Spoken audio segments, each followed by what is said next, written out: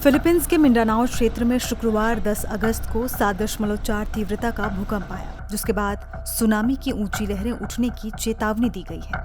ये भूकंप इतना तेज था कि आसपास के इलाकों में लोग घबरा गए और अपने घरों से बाहर निकल आए।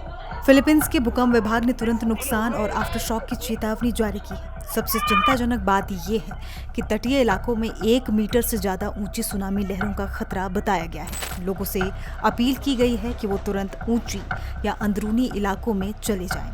इस भूकंप की पूरी डिटेल पर गौर करें तो ये आज सुबह समुद्र के अंदर आया। इसका केंद्र मनाई शहर के पास था, जो दवाओ ओरिएंटल प्रांत में स्थित है। ये मिंडानाओ द्वीप का हिस्सा है, जो फिलीपींस का सबसे बड़ा द्वीप है। महज 10 किलोमीटर की गहराई पर होने के चलते इसके झटके जमीन पर बेहद तेज महसूस हुए।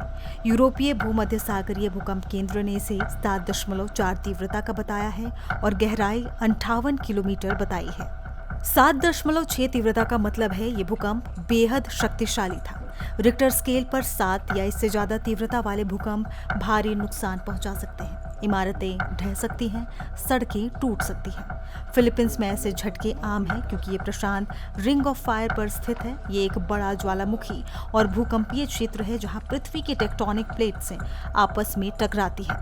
और यही वजह है कि फिलीपींस में हर साल 800 से ज्यादा भूकंप आते हैं। भूकंप समुद्र में आने से सुनामी का डर बढ़ गया है। फिलीपींस के भूकंप विभाग ने तुरंत सुनामी चेतावनी जारी की है। केंद्रीय और दक्षिणी तटीय इलाकों के लोगों को ऊंचाई पर जाने को कहा गया है, क्योंकि संभावित लहरें 1 मीटर से ज्यादा ऊंची हो सकती है, जिससे दावाओ ओरिएंटल और आसपास के तट प्रभावित होंगे। इंडोनेशिया में उत्तरी सुलावेसी और पापुआ में 50 सेंटीमीटर तक की लहरें देखी जा सकती हैं। पलाव के कुछ हिस्से में 1 मीटर तक की लहरें पहुंचने की आशंका है। वहीं अमेरिकी सुनामी चेतावनी सिस्टम ने केंद्र से 300 किलोमीटर के दायरे में खतरनाक लहरों की संभावना बताई है। प्रशांत सुनामी चेतावनी केंद्र ने भी इस चेतावनी की पुष्टि की है। सुनामी लहरें तट पर बहुत तेजी से आ सकती हैं और इसीलिए तत्काल निकासी बेहद जरूरी है। फिलीपींस में पहले भी ऐसे भूकंपों से सुनामी आई है जिन्होंने बड़े पैमाने पर तबाही मचाई है।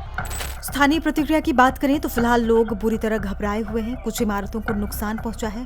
लोगों का कहना है कि भूकंप बहुत तेज था। हालांकि अभी तक पूरी जानकारी के लिए स्थानीय अधिकारियों से संपर्क नहीं हो पाया। मिंडानाओ के लोग डर के मारे अपने घरों से बाहर निकल आए हैं। स्कूल और दफ्तर बंद कर दिए गए हैं। भूकंप विभाग ने आफ्टर शॉक की चेतावनी भी दी है, जो मुख्य झटके से छोटे लेकिन फिर भी खतरनाक हो सकते हैं। अब आखिर में आपको बताते हैं कि ये भूकंप क्यों आते हैं। दरअसल पृथ्वी की सतह कई प्लेटों से बनी है, जिसे टेक्टोनिक प्लेट्स कहते हैं। ये प्लेटें धीरे धीरे हिलती रहती हैं। जब दो प्लेट्स आपस में टकराती हैं या एक दूसरे से रगड़ खाती है तो भारी मात्रा में ऊर्जा निकलती है और यही ऊर्जा भूकंप का कारण बनती है।